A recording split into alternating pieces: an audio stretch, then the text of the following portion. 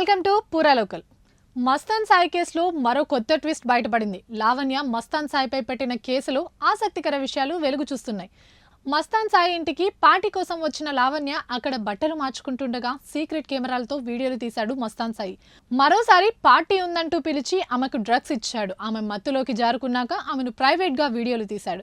వీడియోల గురించి మస్తాన్ సాయి అతడి స్నేహితుల వద్ద నోరు జారగా ఈ విషయం లావణ్యకు తెలిసింది. దీంతో లావణ్య ప్రశ్నించగా వీడియోలు తీశానని, పోలీసులకు చెప్తే సోషల్ మీడియాలో పెడతానని బ్లాక్మెయిల్ చేశాడు. మస్తాన్ సాయి ఇంటికి వెళ్లిన లావణ్య అతని ఐప్యాడ్ లో ఉన్న వీడియోలను తన ఫోన్ లో రికార్డ్ చేసి రాజ్ తరుణ్ కు చూపించగా అతను మస్తాన్ సాయితో పాటు లావణ్య వద్ద ఉన్న వీడియోలను సైతం డిలీట్ చేయించాడు. అయితే లావణ్యను లైంగికంగా వాడుకోవాలన్న ఉద్దేశంతో ఉన్న మస్తాన్ సాయి ఆ వీడియోలను అంతకుముందే ల్యాప్టాప్తో పాటు హార్డ్ డ్రైవ్, పెన్ డ్రైవ్లో స్టోర్ చేసుకున్నాడు.